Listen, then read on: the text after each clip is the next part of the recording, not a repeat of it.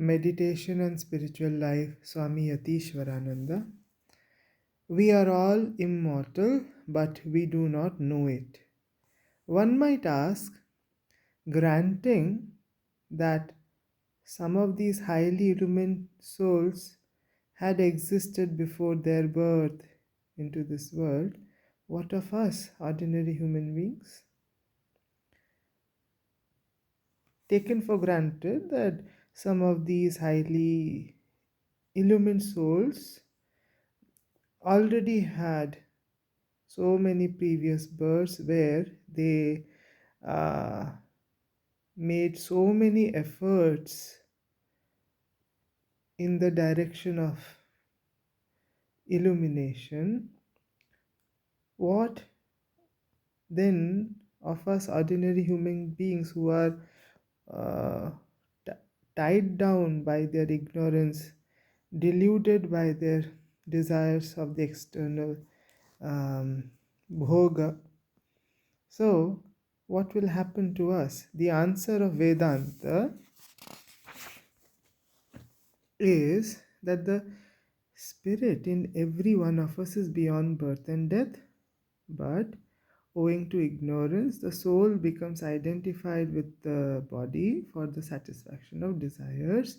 In the case of the unillumined, when life is cut short, the body dies, but the soul is brought back to other bodies again and again until the precious experience of dispassion,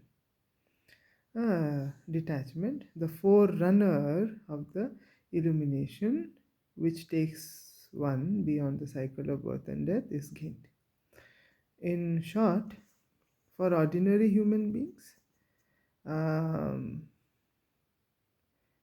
the soul takes another birth and again works its way forward, goes forward, again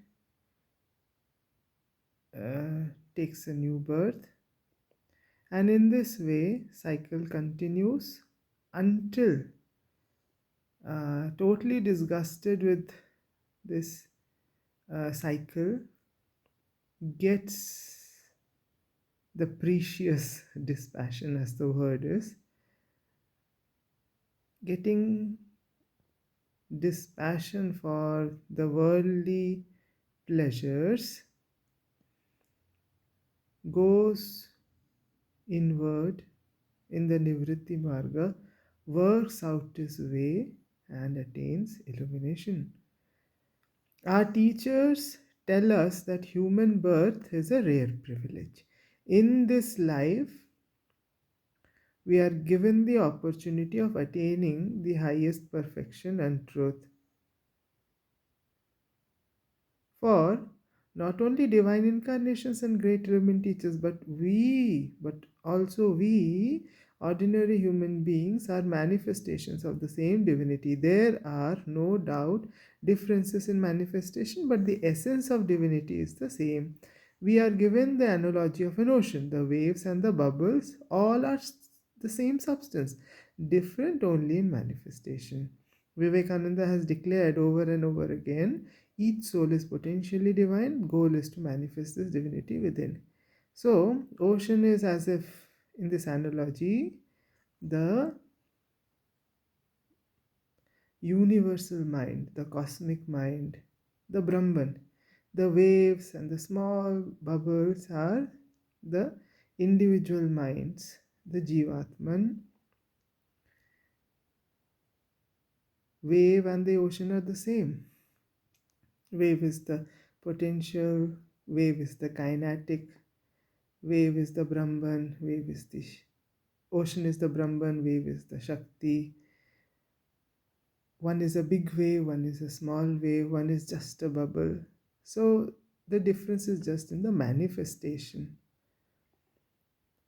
A huge tide is a much more illumined being, something like that. So, of this divinity within, the Swami Vivekananda says elsewhere, there is something in us which is free and permanent. There is something within us which is eternally free and permanent, but it is not the body. Ah, neither it is the mind. Body is dying every minute. Mind is constantly changing. The body is a combination, and so is the mind. Combination of what? Good and bad. And as such, can never reach to a state beyond this duality, beyond all change, but beyond this momentary sheathing of gross matter, this momentary covering of the grossness, beyond even the finer coverings of the mind. So, what is telling? Atman is there behind or beyond it, covered as it were by this gross matter and the subtle finer matters. The true self of man, the permanent, the ever free, it is there within us, which is sitting there as if free and permanent all along. It is his freedom. It is his freedom that is percolating through layers of thought and matter, and in spite of the colorings of name and form, is ever asserting its unshackled existence. In a cruder man, the percolation is much less, but in a advanced person, these percolation is much more pronounced. The divine manifestations is much more evident in those beings. So it very clearly proves that behind all these coverings, there is that Atman, ever free, as it were, ever permanently present. Behind all these coverings, colorings of name and form, it is just identifying myself to the reality. I, because of my colorings and identification, thinks that I am the body changing, mind changing, taking birth and dying, causing all the misery. Just by grace or through sadhanas, if I am able to identify my realness, real nature, sitting there permanently, ever free, it can happen in a moment. But my sanskaras, my desires, my karmas are, as it were, binding me to my present state of ignorance. Moving ahead, it is in his deathlessness, his bliss, his peace, his divinity that shines out and makes itself felt in spite of the thickest layers of ignorance.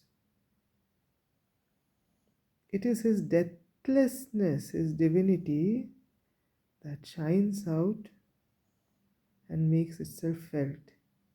So this uh, this experience, as it were, see, it cannot be experience number one, but because there is no other word to describe the word experience, the experience of deathlessness, experience of peace beyond happiness and sorrow, bliss, divinity, these sudden or momentary experiences that shines out and from time to time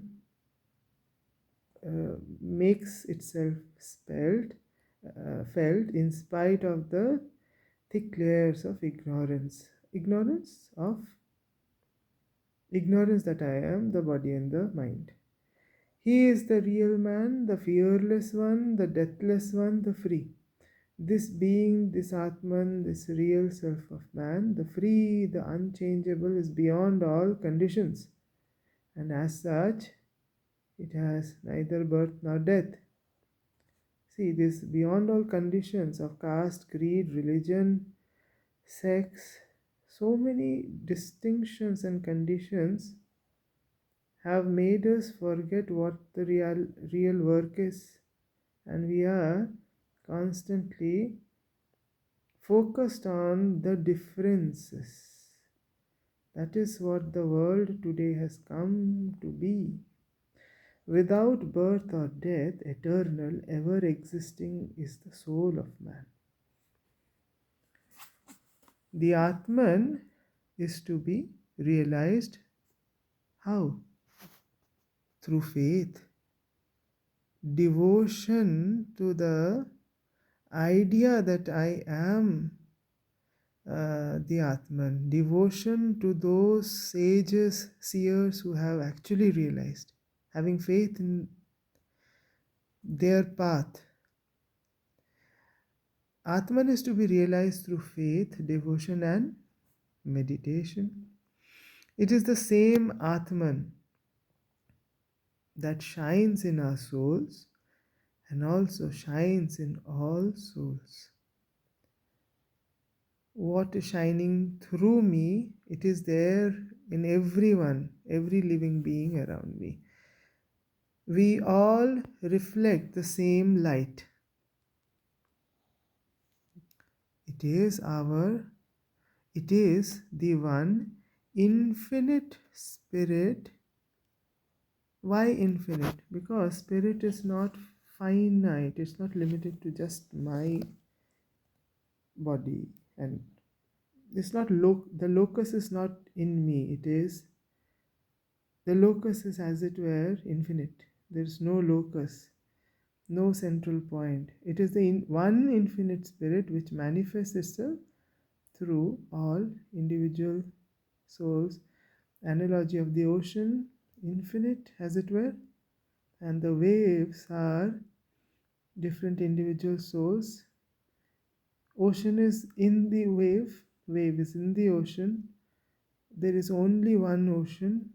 The spirits, the waves are different, but they are same.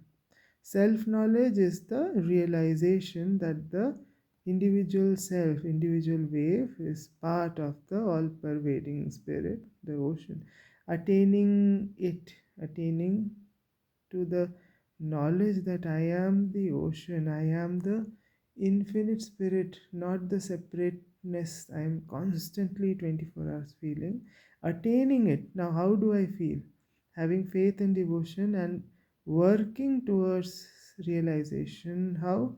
By constantly meditating on my desires and working towards desirelessness, and through